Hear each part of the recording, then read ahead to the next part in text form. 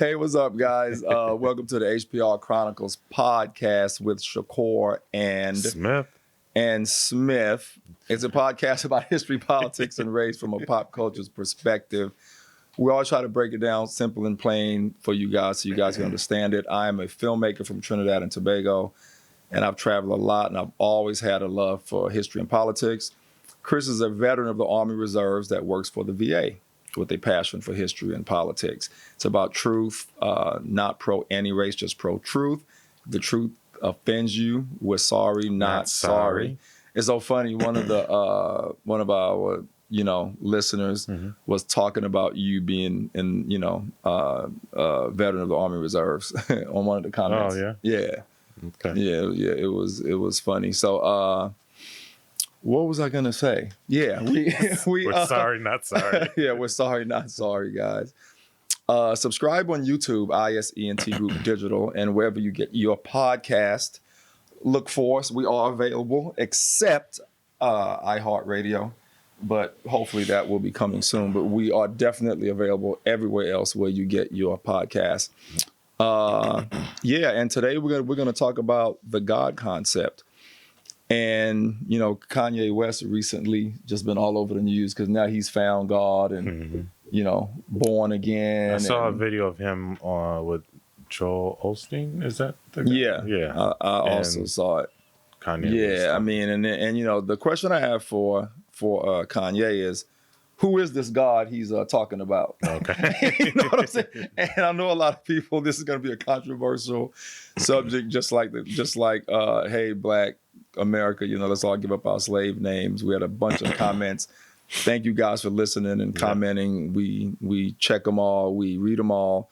We may not respond to all of them, but away, but we will. We definitely look at all you guys' comments and stuff like that. We had some interesting stuff. Okay. Sometimes it trips me out because I feel like people listen to the episode and they'll make a comment that's not really relative to what we said. Because it'll get them thinking about something other stuff, else, and they'll say a comment about that instead of, "Hey, man, we're just talking about the importance of names and identity and getting rid of our slave names, like getting that off of our backs." That's all the episode was really about.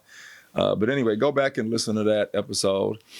But today is going to be a pretty good one, and what I'm going to do is just start off by reading a transcript that I self-transcribed from John Shelby Sponge, and he's a former bishop of the Episcopal Church. He was a diocese. A diocese in Newark, and he quit because of what I'm about to read you in 2001. Okay. You know what I mean? So I'm going to read his transcript, and then I'm going to read one from Neil deGrasse Tyson. The reason why I'm going to start off by reading these two to kind of spawn the conversation, because to me they both gave excellent explanations of the non-existence of a quote-unquote God, or supreme being, or whatever people out there believe. And what they said really coincides with what I know to be also true. I wouldn't even say what I believe, because it's what we know to be true. You know what I mean? So I'm watching what I say. It's funny, before you came, I got into a debate with my mother about this. I said, "Mom, just listen to the podcast on Wednesday." So she's pretty religious? Well, I mean, she was the generation before me, and, Ellen G. White, 7-Day Adventism, coming up in Trinidad and Tobago. Okay. A bunch of BS stuff, you know what I mean? Yeah. Anyway. So let me start off by reading what John Shelby said on his YouTube video. So what he said was, and this may come out a little choppy, but I'm going to try to go slow and say everything that's here. What he said was, I happen to believe in life after death, but I don't just get a thing to do with reward and punishment. I'm just reading it to you exactly the way he said it. I mean, religion is always in the control business, and that's something people don't really understand. It's in a guilt-producing control business, and if you have heaven as a place where you're rewarded for your goodness, and hell is a place for your punishment for your evil, then you sort of have control over the population. Yep. You know what I mean? And you know, we can, as I read through these transcriptions, we can stop and talk about certain things. You know what I mean? So, when I asked you the question about your family, you know, your mother, I'll just add that my father is pretty religious, and he's Baptist, and then I grew up as a Catholic. Right. And what's interesting, that very second paragraph or whatever, the part statement of how religion is to control. I felt that, like, because and then for me, I went to Catholic school from first grade all the way through high school, except for 1 year. And during that time, you know, it was interesting to hear that, but yet as a young kid, it just kind of resonated. Yeah. This is more about, you know, especially with the 10 Commandments and all that stuff. So go ahead. Yep. And so it's something I want to say. Well, I actually can make a note of it, but let me just say it before I forget. But there's a reason why you were born and indoctrinated with Catholicism, and I was born and indoctrinated with Seventh-day Adventism. And Martina was also like you, and I'm bringing her because we talked about this the other night. Okay. And it's interesting how all three of us are the same, and we're spiritual and not religious, and don't believe in the God concept, because she doesn't either. You know what I mean? I'll say that. And what I want to go ahead. Just I'm torn between. You're torn between the gods, because it's still there's times that I obviously will say that.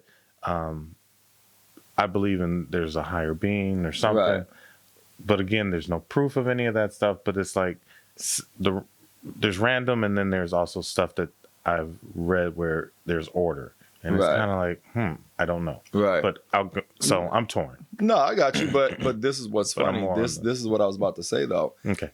There's something it's been said that there's something special about the beings on Earth that didn't buy into this concept. It's been said that we know each other for a reason, and there's something special about us. And I'm not just talking about the ones like us who was at first indoctrinated and said, this is a crock of malarkey. But I'm talking about us and the ones who from birth was like, this is malarkey, and are still just good people and never believed it. Yeah. You know what I mean? Yeah. And it's been said, like I said, from a lot of philosophers, historians, spiritualists, people into metaphysics, everything, that there's something about us. Okay. Even Sione, it's a reason why we don't believe in this concept. And I know you're torn, but it's a reason why all of us don't believe in this concept, no matter how we were indoctrinated. Correct. You know what I mean? Okay, so I'm going to keep going. Yep. And so they create this fiery place, which quite literally scared the hell out of people throughout Christian history, and is part of a control tactic. So the interviewer asked John, you're saying they held the idea of this place under the earth or somewhere where you're tormented for an eternity is actually an invention of the church, ?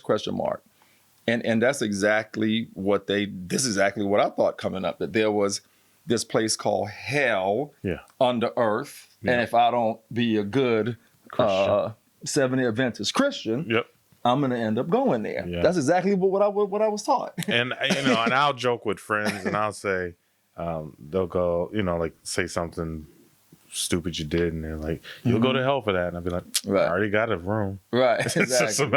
But I jokingly say that, obviously. But I have after a couple things again that made me think was like, when you, even though the earth is round, right? But when you get out in space, or not in space, but you're in an airplane and you just get up in the clouds and you're like, why is, that doesn't explain anything, that doesn't jive with anything. And that's what I can see with what I'm reading and what is being taught in religion. So it's just no. Yeah. So anyway. No, yeah.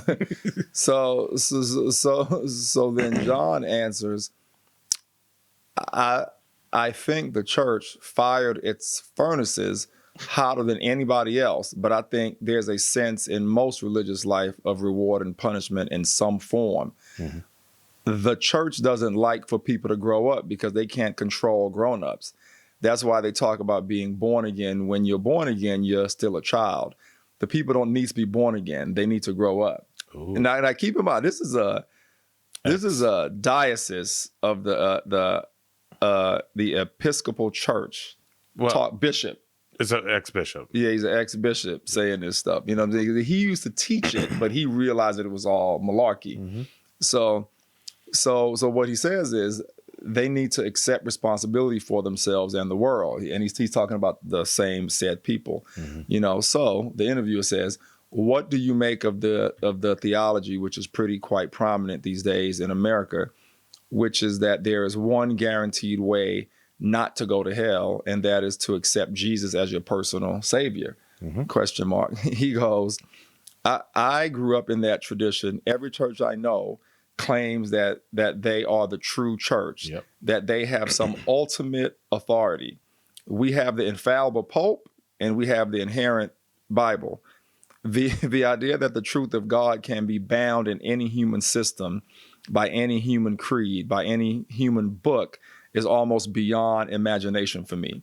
God is not a Christian, a Jew, a Muslim, a Hindu, or a Buddhist. All of those are human systems which humans created to help us walk into the mystery of God. That's what he said. True, yeah. You know what I'm saying? Mm-hmm. And it's so true. And this is what I was explaining to one of our friends here in Wine Country who happens to be Jehovah's Witness. I was like, so you're saying your thing is the right one and that's the one and no one else can, everything else is false then, according to your indoctrination. Mm-hmm. Everything else is false. And what you guys do is the right and only way. Oh, yeah. And just like he said, they all claim to be the ultimate authority. Correct. I mean, that alone is just mind-boggling to me. I'm sorry. Correct. And I have to back up from the mic. I don't want our subscribers to say the sound is all messed up. I will say that I don't know that he said that his religion is the right one for him. Because he said he went and tried to learn. Okay, that's cool. Yeah, that's fine. But I stand corrected. Only thing he's ever said is the Bible version that he reads is the most accurate one. So that one I will, Exactly. They all claim to have the ultimate authority and be the one end all. I'm sorry, translation. Right, exactly. Yeah, I remember him saying something like that. Okay, so now let's go to what I transcribed from Neil deGrasse Tyson, who's a world-renowned astrophysicist, and he has a lot of stuff on YouTube about this subject. And to me, he has some of the most rational, thought-provoking comments about why he doesn't believe in God. You know what I mean? And this is another one that I pulled after listening to several because I relate to what he said, and I too, agree with his stance on the subject. So, and this one I've sent you a couple of times. So Neil says, the more I look at the universe, the less I can say that there is something benevolent going on. So if your concept of a creator is someone is all powerful and all good, that's not an uncommon pairing.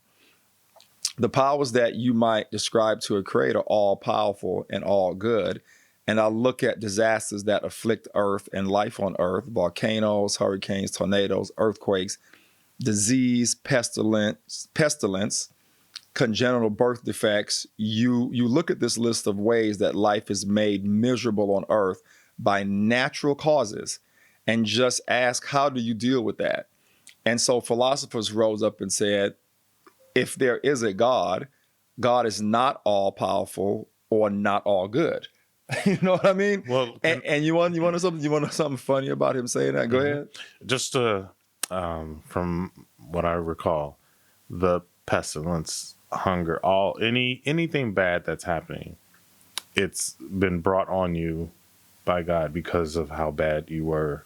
That makes no sense at all. No, and I'm not gonna. I'm just gonna say that makes no sense. That's the answers, or that's a response. I've heard that response. And God is not all good. Like he's a you know, they say he's all powerful. And he's all good. powerful, but he's not always all good. He does. He does have people tested. Like, that makes I can't remember who sense, it was. Though. Was it Abraham who lost? You know, I'm just trying to say that makes no sense at all, and I'm going to tell you why. I'm just giving you. No, I got you. No, I like it. Want it. So I want the audience to hear other sides of it. Yeah, no, this is good. I'm gonna tell you why it makes no sense. Okay. And see, this is where they messed up with this creation story. Okay. And if you look at all the studies about God, they do say that he's all good. I know you're saying they say he's not all good. Maybe you heard that in Catholic. Mm-hmm. Well, in Baptist, right? But they say he's all powerful, all knowing, and all good. He's a good God, and they say everything else comes from the devil. That's the way I was taught. In the Old Testament, he tested and had I can't remember the exact name of the person, but he went through hard times where he lost his family, you know, and the whole time he's like, I'm being faithful to you, God. Why are you punishing me? And there's a reason for, I guess, one, I can't, and I may be mixing up my story. So if I'm wrong, I do apologize to, you know, those who know their Bible information way better. But it was almost like saying, I've been there for you, but you never realized it, or something like that. Or my test is to have you anyway. I'm just telling you. In the Old Testament, all the fake guy was not that very nice. Yeah. All the fake stories. You know, I mean, they were just talking about Adam and Eve too the other day. That's another thing. Another fake story. Because they were like, well, if they were the only two, how did their son go off and start a family then? Actually, it would be, Cain and Abel, and then one killed the other, which he would automatically be. But where did the other families come from? Exactly. So we all know it's a bunch of malarkey. But what Neil is trying to say, if I could expound on it, because I've gotten to big debates with preachers about exactly what he's trying to say right here. The reason why this makes no sense, and the reason why he's saying it doesn't make any sense, is because if God is all powerful and all knowing, and if you guys out there are saying a God, a supreme being, created the universe, and he's all powerful and all knowing, that means he knew the outcome of everything when he created the universe. Correct. So I know where you're going. So the stories make no sense. That rationale makes no sense whatsoever. That's almost like saying, I'm going to create something. I'm going to create all these rules, and I already know all the outcomes, and I'm going to watch it play out and punish people because I even created all the outcomes. Yeah. And it makes no sense.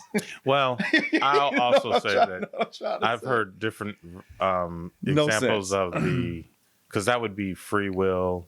And he also created free will. Well, but the point is, to me, is if everyone has free will, then you wouldn't know the outcome of it. Yeah. But I'm saying, if he created the planet and the universe and everything, he created the words, he created free will, he created the languages. Then he knew it all before it even. He knew before he created the universe the outcome of everything.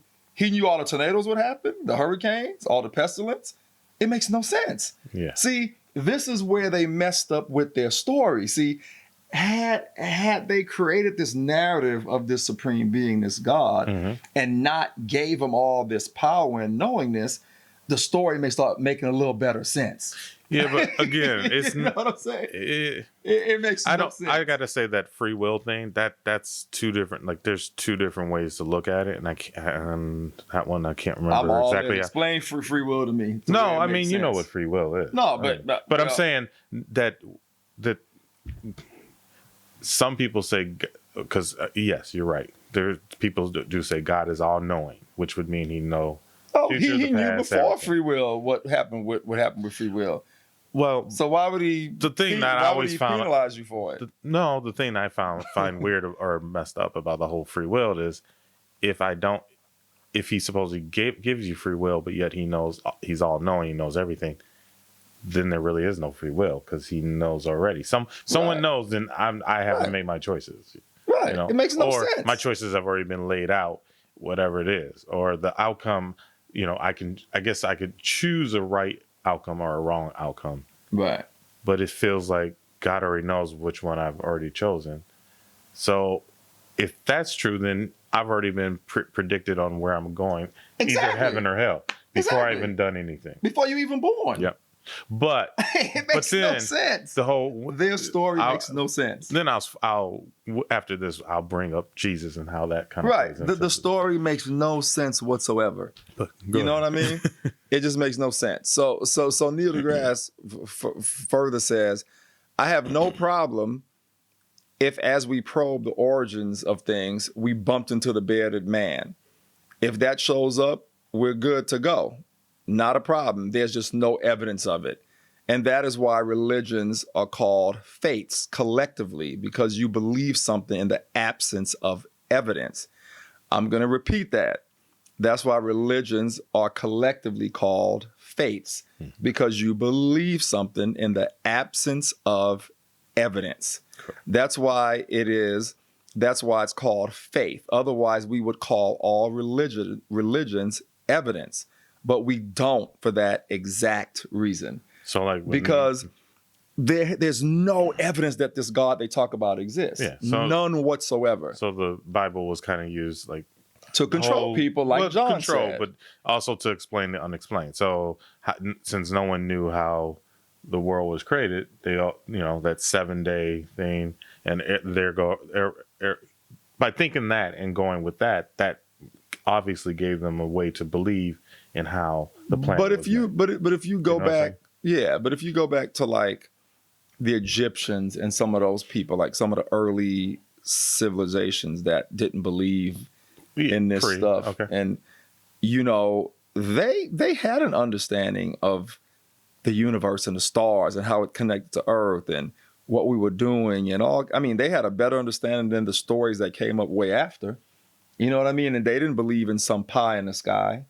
You know what I mean? Well, they did believe in gods.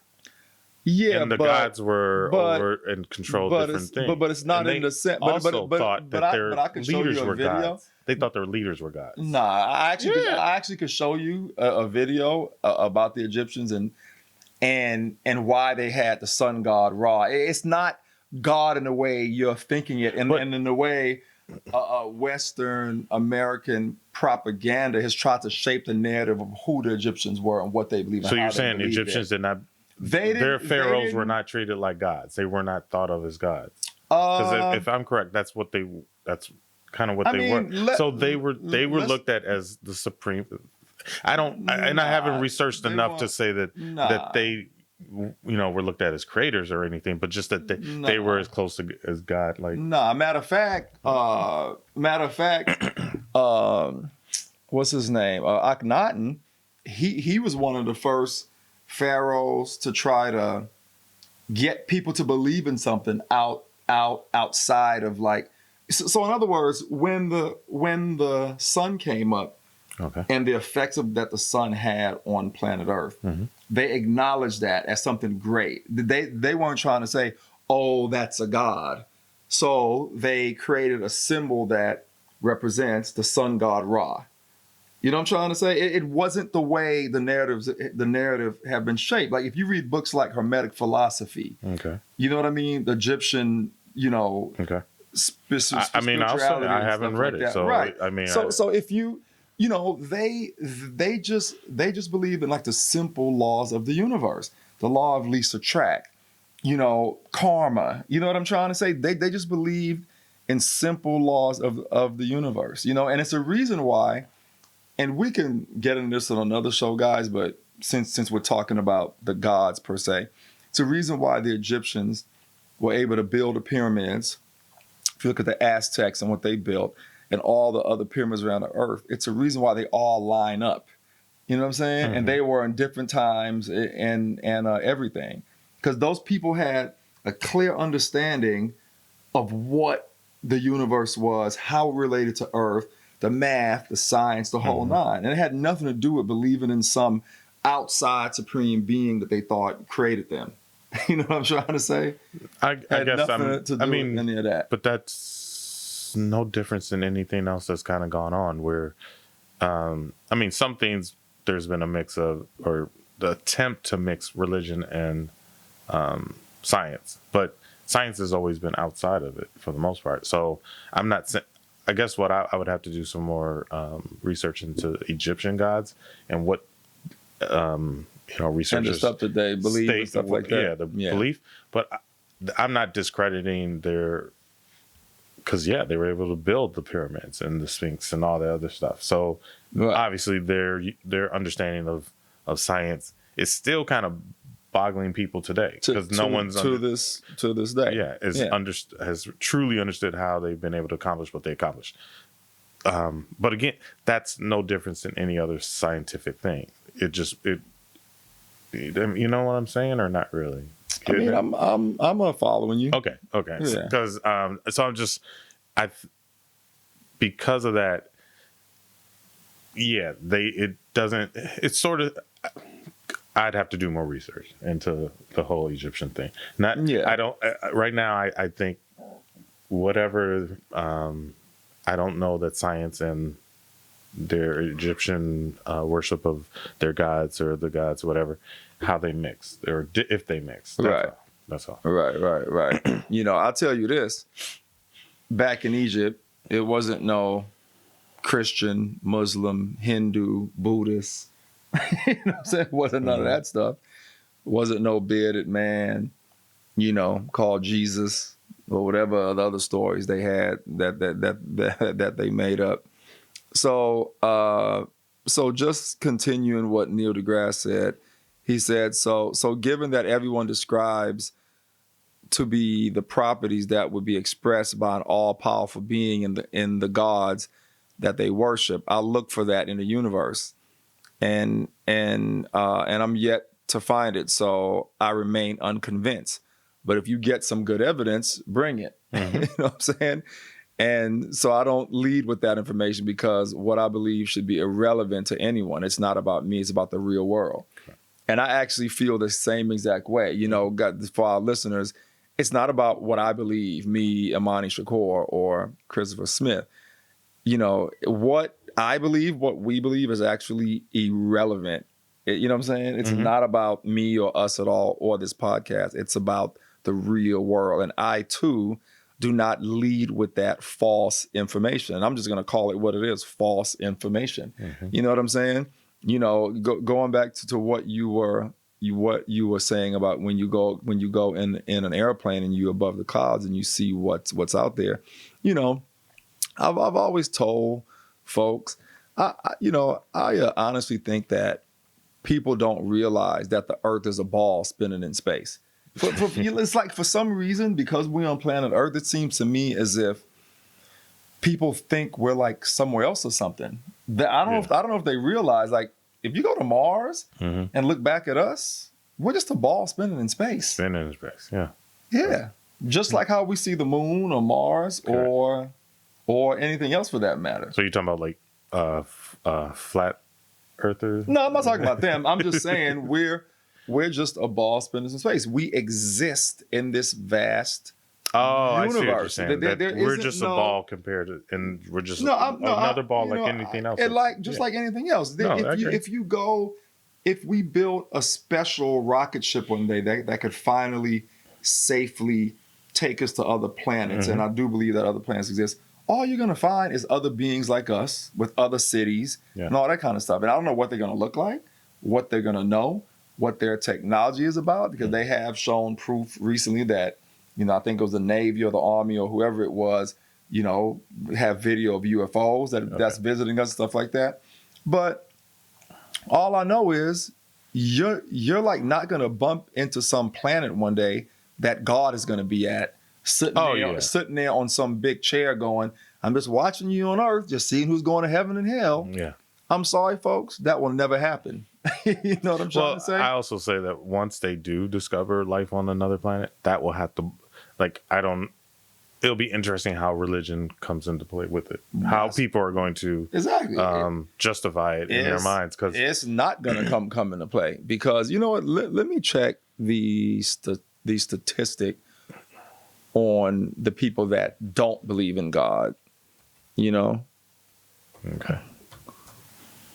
But I was gonna think of. No, I get what so basically you're saying the whole idea that there's a being, a man or whatever that's up in some spot above us that has and pulling strings or is not pulling strings, but it's just it's no one out there anyway. Where if you go out there, I know all you're gonna see is more vast Earth and vast space and other moons and planets and everything. I remember again in my teens coming home from college, me, my ex, my girlfriend at the time, and friends, and we would just be out in the backyard of my guy Brian's house looking up, and I'd be looking up the skies. And I was just like thinking, like, here we are spinning, here we are, just a couple people chilling in the yard, but yet there's all this, space, and there's planets. Just we are. I used to almost think of because the way planets would revolve. It's kind of almost interesting how if you think of like electrons and neutrons and stuff, and how they spin around and they stay, certain close to the nucleus and stuff like that. It was, I would think like that sometimes. But yeah, it's to think that a being is concerned about this one planet. Right. Is amazing. Yeah. If God exists, he just, But I do have to say, he's not the nicest God as well. Excuse me. Yeah. Bless you. Thanks. Yeah. I mean. And that one I never understood either. I still even though I was trying to explain the whole punishment thing, I still don't, because like Neil deGrasse has said, or people say, God is loving, not too loving when people get cancer. Right. Kids die and whatever. It makes no sense at all. The disease is So just real quick for those out there who wanted to know, broad estimates of those who have an absence of belief in a deity range from 500 to 750 million worldwide. So there's almost 1 billion people on the planet that don't believe that there is a God or a deity or something like that. So not all of us are fools. Some of us are smart. And guys, I don't mean to be so cynical about this subject, but yes, he does. But no, I don't. But it's like the more I learn and the more I'm on this planet, I think the more that I realize it was just a load of malarkey. And it's just the more I realize and the smarter I get and the more I learn about the planet is the more I realize it was a bunch of malarkey, and it just upsets me. That they just lead with this information. Just like Neil said, it's about the real world. You know what I'm saying? You can believe whatever you want to believe in the privacy of your own home and stuff like that. Just don't lead with that. Just don't teach innocent kids that. I'm definitely not teaching my daughter that there's some fake God out there. I'm going to teach her right from wrong. I'm going to teach her the basic laws of the universe that'll keep her living a happy, healthy, mental, spiritual life. So the period contradiction, or not the counterpoint would be not that you don't teach your kids, like you still can teach them science and have them understand that this, how things have been, as far as we have learned so far, science-wise, the facts. But you could still have them just go, this is your spiritual. Right. And like because I honestly think one of the mistakes they make, Crispy, is that they relate this God concept to right and wrong. They try and relate it to right and wrong. They almost try and say, well, if you don't believe in God, you're probably going to be bad or do bad things. I've never heard it. I've heard that many times. Okay. But one has nothing to do with the other. Correct. And in fact, there are people who don't believe in God at all who live more righteous than some preachers. Correct. You know what I'm trying to say? Yeah, no. But they will have you believe that you have to believe in this concept in order to live a righteous, correct, honest life. And it's just not true. That's a whole, for me, that's a whole different argument of sorts. Yeah. But yeah, I do agree that believing in God or not does not make a person a good or bad person. Exactly. It's how you live your life. It's how you live your life. And I was almost had a debate with some people at work where I brought up the whole thing of, as Christians or as a Catholic, if I go to church and and let's say I murdered someone, right? Yeah.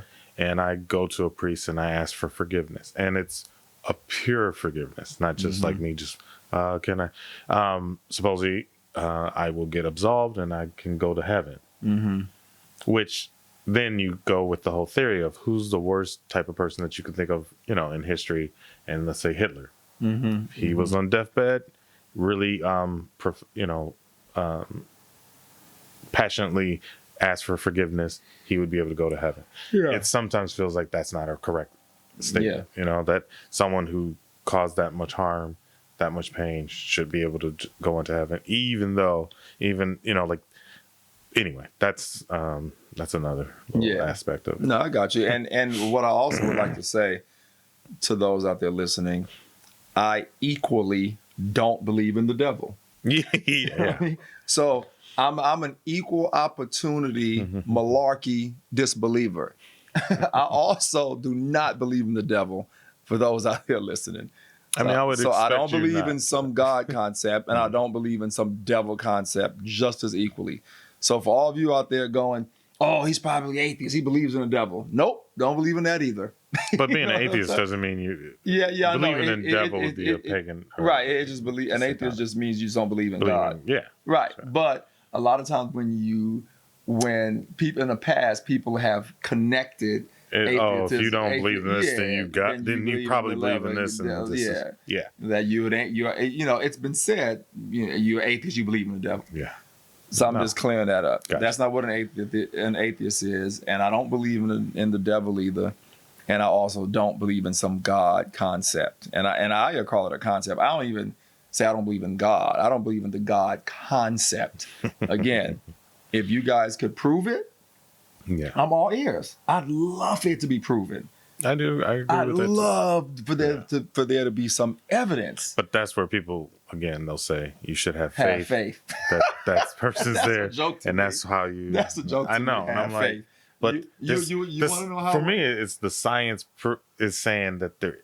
So I do need to prove for me to go. Oh, okay. I got you. Exactly. I see. You know how some people say, well, Imani, you believe in like radio waves and airwaves and stuff, and you can't see that. Oh yeah, I do, because when I turn my radio on, it comes on. So I can't see those waves, but I have evidence that those waves are there. Yeah. When you call me Crispy, I have evidence. Yeah.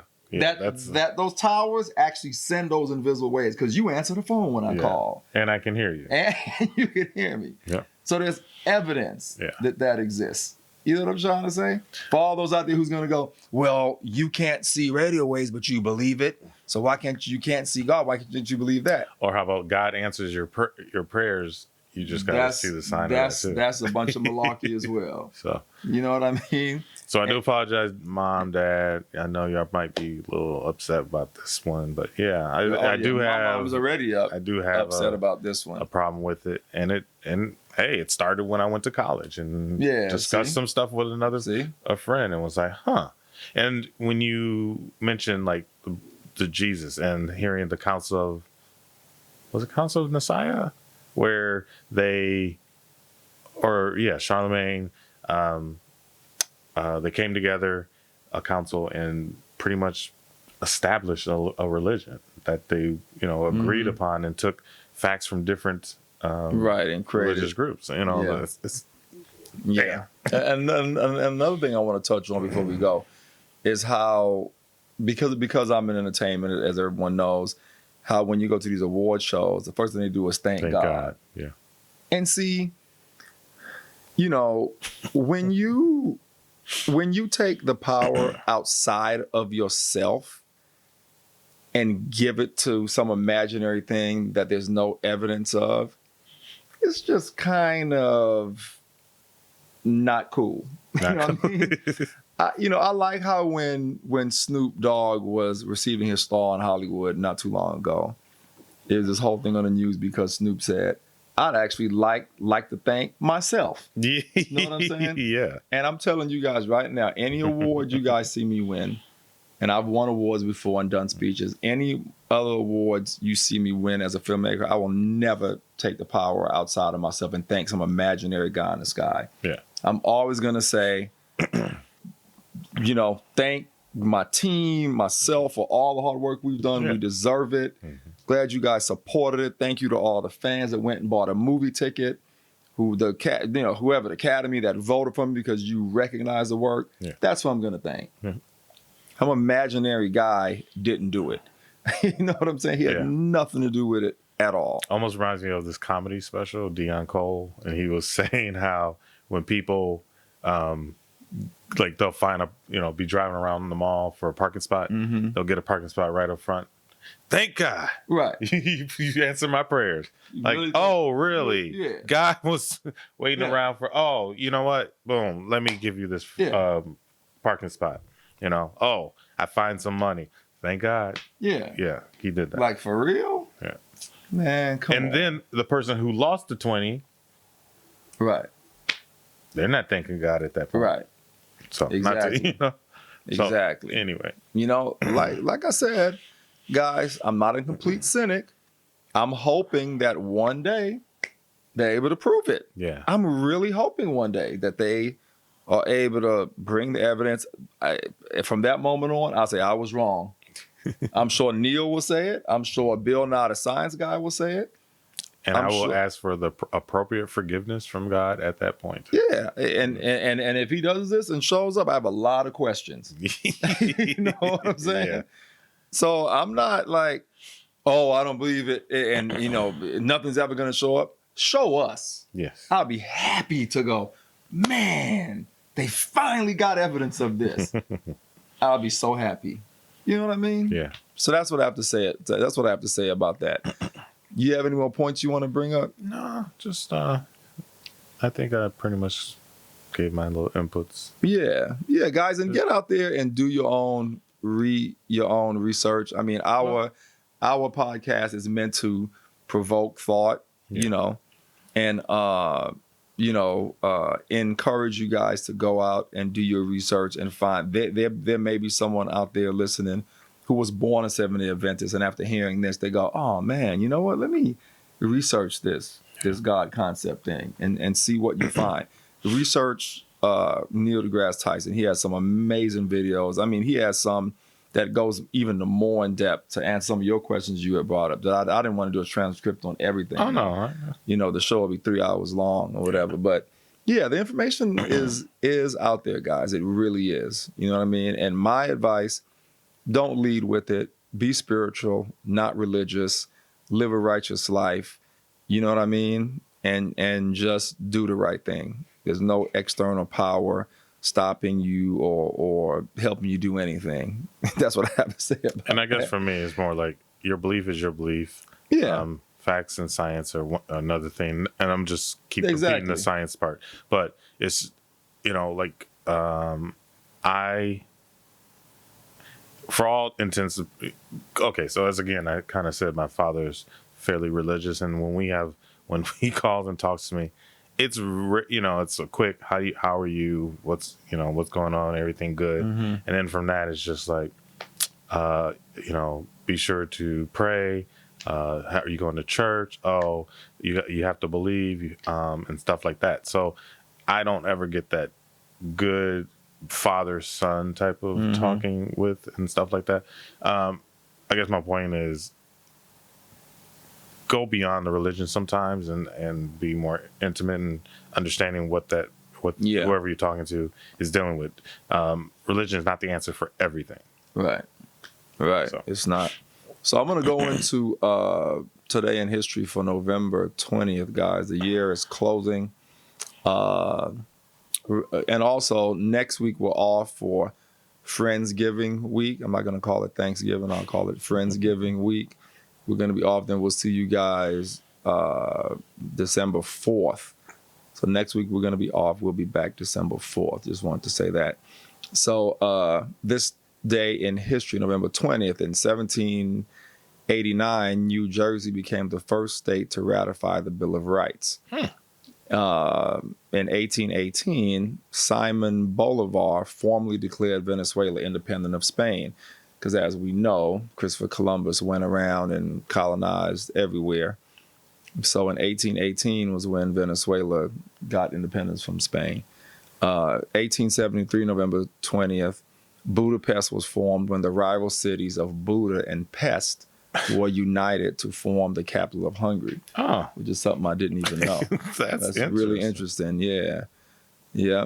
Buda it was 1873 today, November 20th. In 1901, the Second Hay-Pauncefoot Treaty provided the construction of the Panama Canal by the U.S. in 1901, November 20th. Yeah. So yeah, guys, it's the HPR Chronicles Podcast with Shakur and Smith. Don't forget to subscribe on YouTube channel ISENT Group Digital, and listen to us wherever you get your podcasts. And once again, hopefully we'll be coming to iHeartRadio soon, but we are everywhere else where you get your podcasts. And we'll see you December 4th. December 4th? Yeah. Peace out. It's HPR Chronicles Podcast.